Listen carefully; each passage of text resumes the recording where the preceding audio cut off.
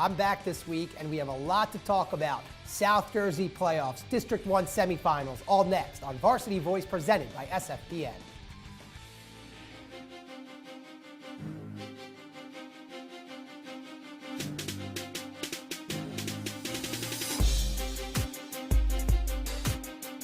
Catholic League and the team that everybody's talking about. One final thought, let's get a big, bold prediction.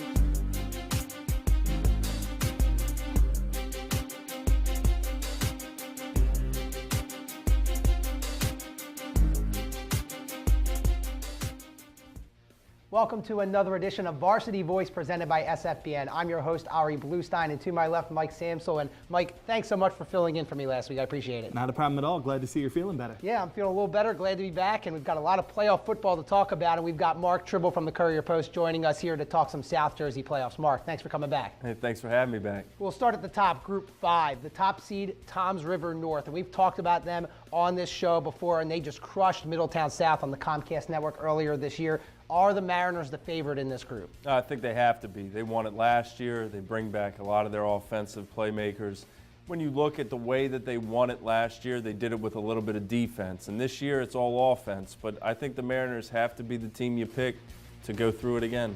And you take a look at that 2-3 matchup, Rancocas Valley and Millville. And Millville beat Cherokee last week, a big win for them. But they've got RV up next, and they're pretty good too. Yeah, they're very good. Rancocas Valley is such a talented football team. The problem with them is you can kind of bait them into penalties. They have some self-inflicted wounds. They're the kind of team you can bait into some extracurricular activities after the whistle, get them off their game. But if Dan Hussman can keep their head about them, they're as talented as anyone. Yeah, and this is an interesting matchup because, like you said, Millville beat Cherokee with Rutgers recruit John Lovett was the running back for the Chiefs. And this week they get another challenge in Iverson Clement, who is a junior but could go anywhere he really wants, pretty much. And so we'll see what the Thunderbolts have, but certainly RV playing at home, that could be the edge maker. Lots of talent in Group 4 as well. You've got Lenape at the top seed. They take on the 5 seed Highland, a solid team. And then what a matchup with that 2-3, Timber Creek and Shawnee. But talk about Lenape first.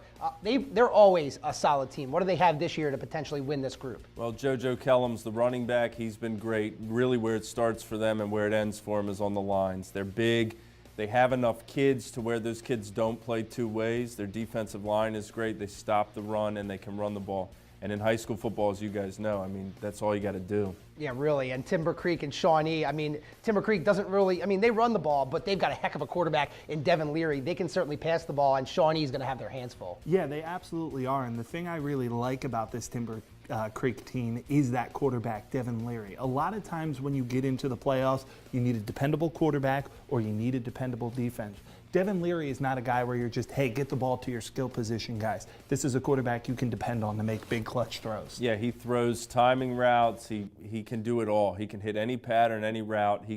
Next year he'll probably go wherever he wants nationally as a top recruit. So he's spectacular, and they've played Shawnee in the championship the last 2 years. So this year in the semifinal, but certainly there's familiarity there. Yeah, certainly will be. And of course, Lenape, the favorite to win their game, will get the winner of that Timber Creek Shawnee game. Should be a heck of a championship in Group 4. Moving down to Group 3, you've got the top seed Wall against the 5 seed Hamilton West, 2 seed Burlington Township, and the 3 seed Delsey. And Mike, I know you're fairly familiar with the 1 and 5 game, Wall versus Hamilton West. What are we expecting from this game? Well, Wall Township's just a really strong football team, but Hamilton West provides an interesting challenge for them because Hamilton West is good on offense in both ways.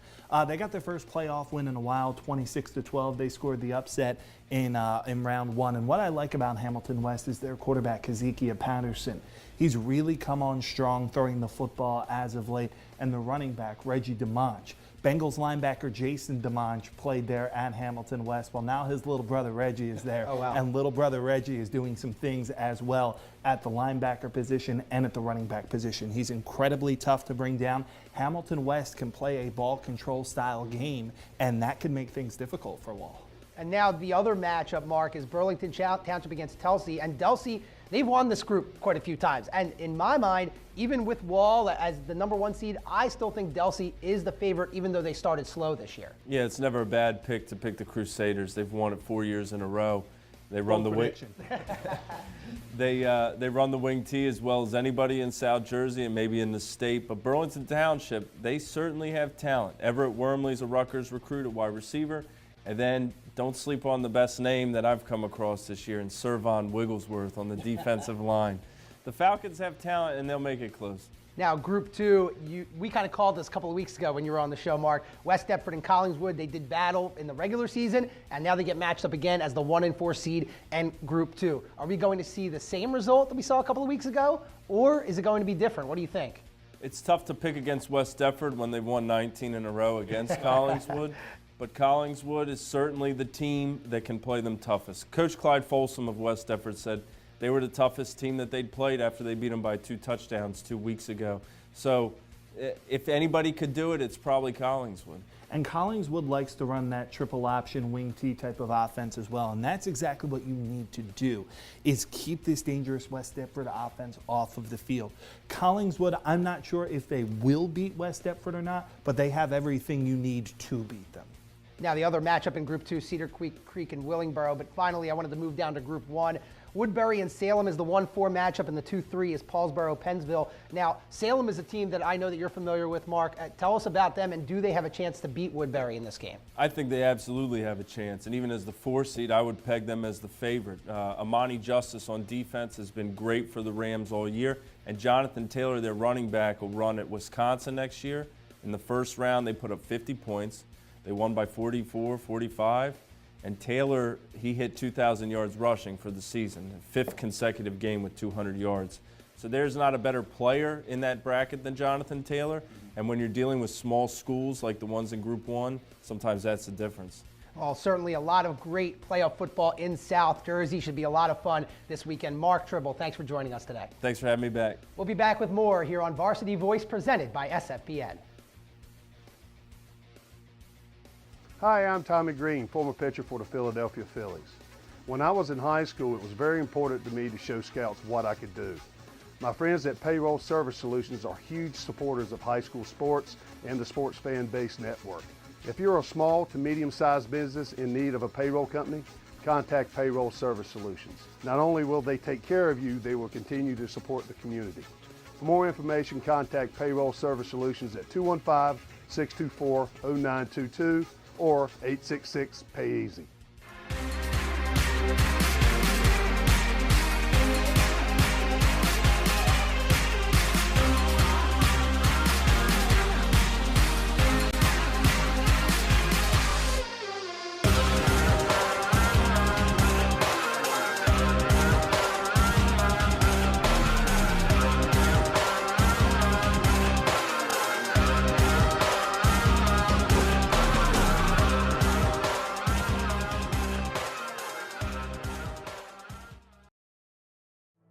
The Sports Fan Base Network, this area's leader in high school sports broadcasting, is continually bringing you the most in-depth coverage.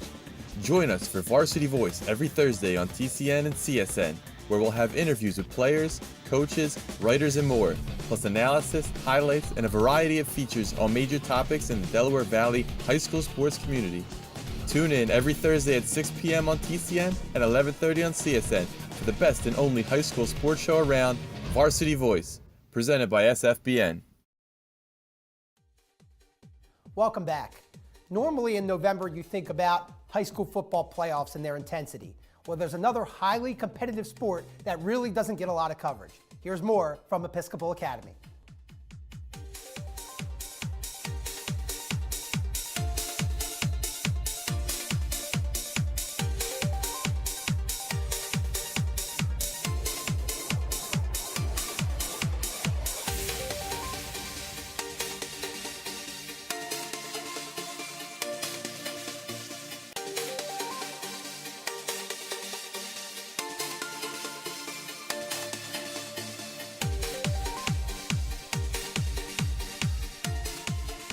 I feel that water polo doesn't get as much publicity as it should. I mean, it's a really exciting sport, and there's so many great things you can learn from it. I've made some of my best friends from water polo, and it just creates such a tight-knit community that people should really want to participate in more, and that it's really a great sport to learn and play in your youth? I just wanted to encourage new people who are new to the sport or don't know if they should try it to definitely give it a try, because it's just an amazing sport and you'll love it. I just think a lot of kids should think about it more. It's really not that popular on the East Coast, and it's an amazing sport because it teaches kids toughness. A lot of swimmers don't really think about water polo because they're afraid of the mentality that you need to have in the competition, but I really encourage people with swimming backgrounds and basketball backgrounds to look into water polo.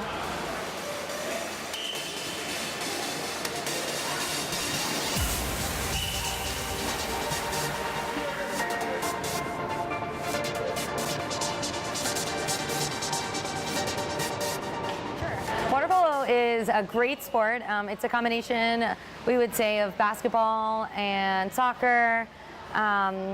It involves a lot of swimming and a lot of endurance. It's a pretty, I would say, high-intensity sport. A lot of physicality involved. Basically, the goal is to work the ball around the perimeter, eventually towards the center player, and then towards the back of the net. Water polo is a mix of handball and wrestling, using the skills of basketball and swimming for a really fast-paced game. It's a wrestling kind of thing. It's a very physical game. You're pushing each other underwater. You're trying to get to the other side the fastest. Water polo is a pretty unique sport, I would say, because like basketball, all 6 players play offense and defense. So there's a lot of swimming that goes on. It's a lot of treading. I think most people don't realize that you're not touching the bottom. So even if you're not part of the play, you're still treading and trying to get position. There are 6 players along with 1 goalie on each team, and each person plays both offense and defense, trying to get the ball towards a person who is 2 meters from the goal. I'm an attacker on the right side of the pool, which is the lefty side, since it's my strong side.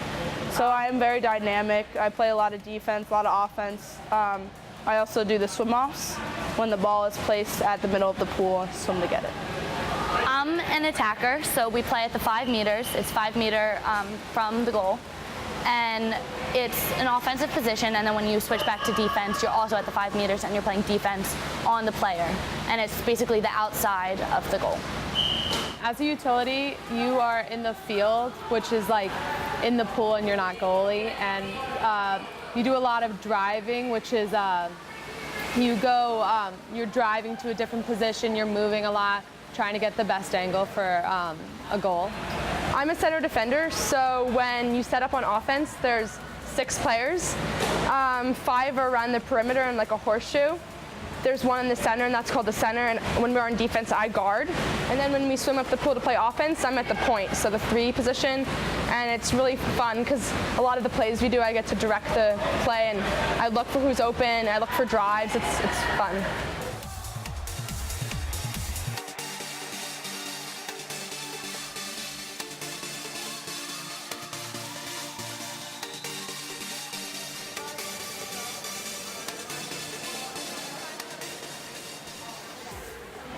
It felt amazing to win the championship. Really like a great end to my senior season. I was just mind blown. We're such a close team, we're a small team, and we're all best friends. And to pull out and win this championship, to go undefeated in the Interac, it was just such a blessing. It's awesome because this year it was just really fun because I was looking forward to it, especially after last season. Like, it's just like the culminating thing of like everything we've worked for, and it was just really awesome to have reached our goal. So it was something that I always wanted, and I knew that we were able to achieve, and then to finally achieve it with the closest friends that I have is something that I just can't really explain. I'm so happy. We had an incredible season. This is such a great team. We've had one of the best years in EA history. We went 25-1, I think. We beat the state champs of Florida. So we just, all together, it was an amazing season. Especially because water polo isn't such a big sport, our team is small, so it really lets us have a really close-knit group of girls. And our success, it's really been awesome. And the team has grown closer than ever. We trust each other like no other, and compared to any other team, I think we are the strongest and the most mature. we're very proud of how we've done this season, and I'm very excited to see how the program continues. Yeah, this has been a really special season for me. I've been coaching a lot of these kids for many, many years, and just, from my perspective, seeing the growth in terms of the program has just been amazing. And it's just been really, really great to see them have the success that they've worked so hard for. It's been exciting, and I have to share with you our championship trophy, Eastern Water Polo 2016 champions this year.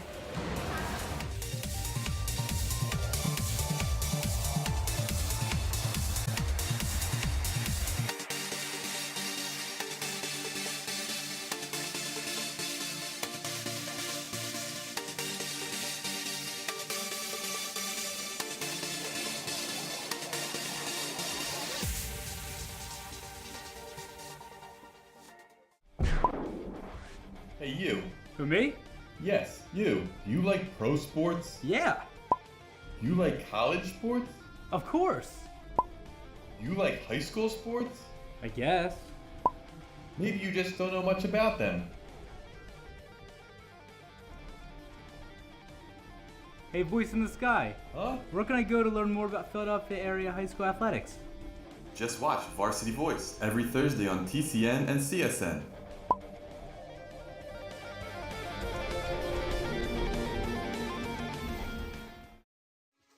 Hi, I'm Marty Bystrom, former pitcher for the Philadelphia Phillies. In my experience in Major League Baseball, I know how important it is for high school athletes to gain exposure. My friends at Payroll Service Solutions are huge supporters of high school sports and the Sports Fan Base Network. If you are a small to medium-sized business in need of a payroll company, contact Payroll Service Solutions. Not only will they take care of you, they will continue to support the community. For more information, contact Payroll Service Solutions at 215-624-0922 or 866-PAY-EASY. Flippin' Shakes has everything from burgers to sandwiches to delicious milkshakes. The Sports Fan Base Network crew chows down on a variety of favorites, from classic egg creams to the trending mac and cheese burger. Located at 233 2nd Street Pike in Southampton, you can dine in or take out. Flippin' Shakes, great food, great service, a flippin' good time.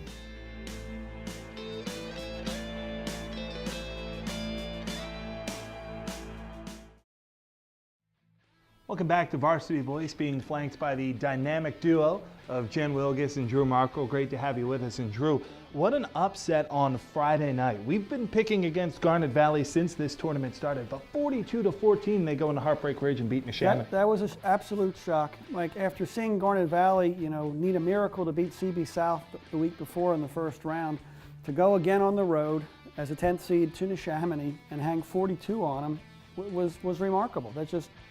And they do it with, all they do is run in that triple option, but they do it really well and they play good defense. It's just a shock. Yeah, and Jen, we mentioned Zach Treadway didn't play in that game for Neshaminy. He's big to their defense, but I don't know if he's 42-14 big. Well, he played a little bit, but he caught one pass that I saw. But you're right, exactly. I knew he wasn't going to play. He's really banged up. He shouldn't really, for his health. Sure. But yeah, Neshaminy's run defense had no idea what to make of Garnet Valley. It was a really windy night, so it suited Garnet Valley to a T, and those guys clearly don't care that no one's picking them to win. Right. They didn't care that they had to play at CB South. They didn't care that they had to play at Heartbreak Ridge.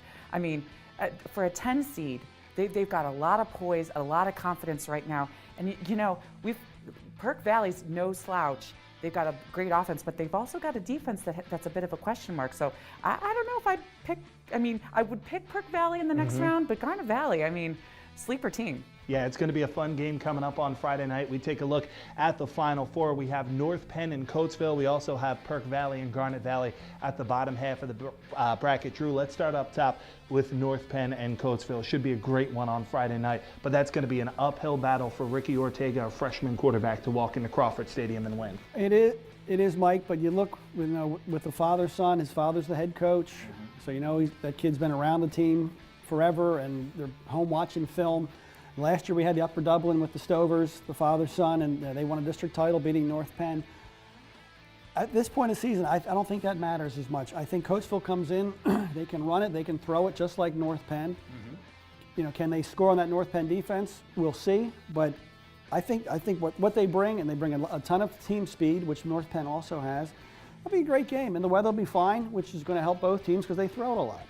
And it should be a good game at this time of year. I mean, North Penn has really been dominant this whole season. And, everybody favors them to win the district championship. But at this point in the year, you want to see those good games. And, Springford came into Crawford Stadium last week hanging 30 points on teams. And North Penn's defense, North Penn only led by 2 points at the half, which was their smallest halftime lead of the season. And North Penn's defense, they came out in the second half and showed why that team is unbeaten at Crawford Stadium. They had that gut check that they need as they're going to go forward and eventually probably see St. Joe's Prep. So they should be good games. And Coatesville's coming in with a running back that just had Aaron Young, 246 yards in a win over Ridley. And they run that no huddle, that quick-paced offense. So yeah, it's going to be a great test for North Penn. The fans are going to love that game. Oh yeah. And I think that's really a big difference that we saw between North Penn and Neshaminy. Halftime, North Penn answered the bell, Neshaminy was unable to, and that's how the upset happened. So we go down to the bottom part of the bracket. We have Perk Valley and Garnet Valley. We're all going to pick against Garnet Valley again. So Drew, I'll ask you this question. If Garnet Valley wins, how does it happen? Well, with senior Nick Giuliano running that offense, the triple option, which teams don't see a lot, that's how it's going to happen. And, there's no pretense. They don't throw it. They threw it once against Neshaminy. It was incomplete. They barely threw it against CB South, but it works. And, Perk Valley's got to be ready for that. I think that North Penn Coatesville is the de facto district title game, but in this one, with the weather being pretty good, I think for Garnet Valley, I love seeing a 10th seed in there because it kind of messes up, the whole getting 16 teams in, which is too many. But I like the fact that you're going to have a contrast with the run against the pass. I just think Perk Valley's a little bit too much. Yeah, man. Perk Valley better study its film because Garnet Valley, trying to follow their offense with a video camera, as I was trying to do on Friday night at Neshaminy, gave me headaches. And clearly Neshaminy, they've got a great coaching staff. They prepare, and they had no answers for that triple option. And you're right, teams don't see it. And Perk Valley, they've got that great offense, but their defense is always sort of their, maybe their Achilles heel a little bit.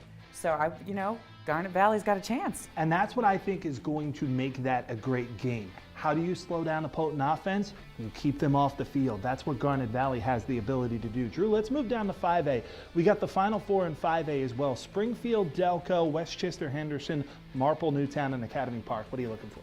Mike, I think that the form holds here in the top two seeds, Springfield, Delco, and Academy Park, win this week and go to the final next week. And I think Academy Park, which won the district title last year over Upper Moreland in then 3A, wins another district title. Guys, it was so great to have you again, and we look forward to seeing you again soon. No, thanks. Thanks for having us. Drew, Markol, Jen Wielgus, thanks so much for joining us. You check out what's coming up here on SFBN.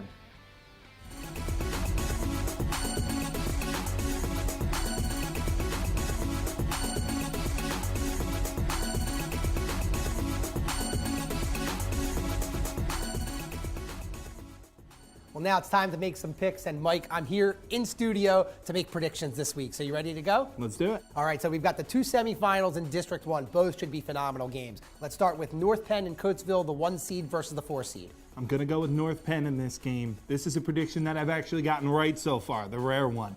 I think it's going to be really tough for freshman quarterback Ricky Ortega to go into Crawford Stadium, handle that atmosphere, handle the energy. I'm going to go with North Penn, and I think they win pretty handily. See, I'm tempted to take Coatesville for the upset here, but I'm going to take North Penn. But I think it's going to be a closer game, closer than you think, Mike. I think Ortega is prepared. He's the coach's son, and Coatesville, they have the young brothers, but North Penn has the home field advantage. They've got Reese Udinsky. They've got a ton of talent. I'm going with the Knights to win this one and advance to the championship. All right, then we've got Perk Valley, the 3 seed, against the Cinderella, number 10 seed, Garnet Valley. Yeah, and congratulations to Garnet Valley. What a great season. What a great upset. They were able to get a win over a bit of a wounded Neshaminy team. That great season ends Friday night. I said early on, Perk Valley has the offense to go to Hershey. Well, they're at least going to go to the district championship game. Yeah, I'm going to agree. I'm going to take Perk Valley in this game. I think it's going to be a good game, but Steven Sturm, the quarterback for Perk Valley, is having a phenomenal year. Justin Jaworski, his top target. I just think the Vikings are way too much for the Jaguars to handle, so I like PV in this one.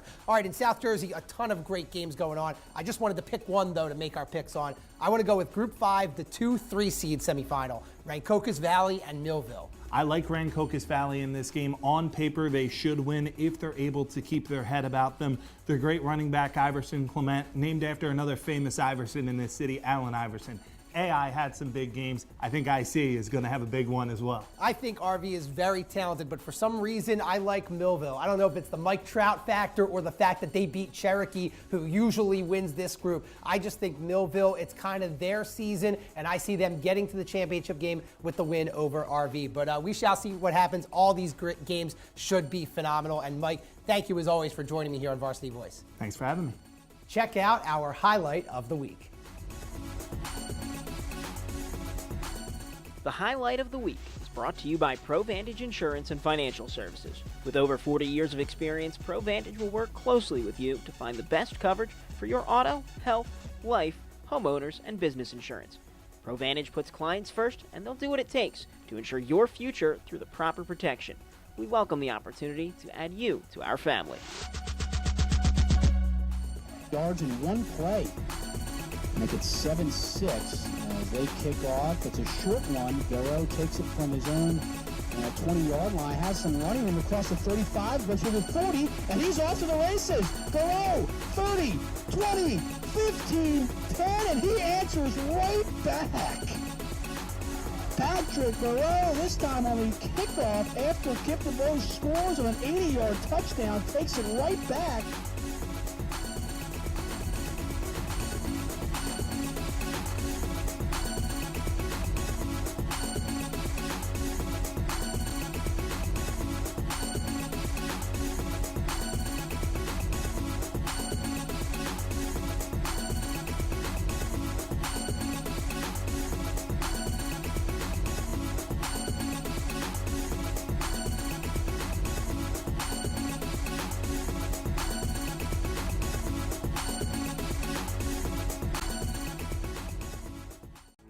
Select video equipment for Varsity Voice has been provided by DMP Video. DMP Video. You provide the moment, we'll capture the memories.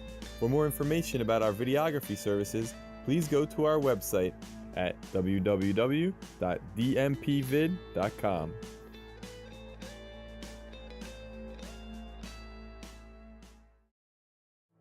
The Sports Fanbase Network, this area's leader in high school sports broadcasting, is continually bringing you the most in-depth coverage. Join us for Varsity Voice every Thursday on TCN and CSN, where we'll have interviews with players, coaches, writers, and more, plus analysis, highlights, and a variety of features on major topics in the Delaware Valley high school sports community. Tune in every Thursday at 6 p.m. on TCN and 11:30 on CSN for the best and only high school sports show around, Varsity Voice, presented by SFBN.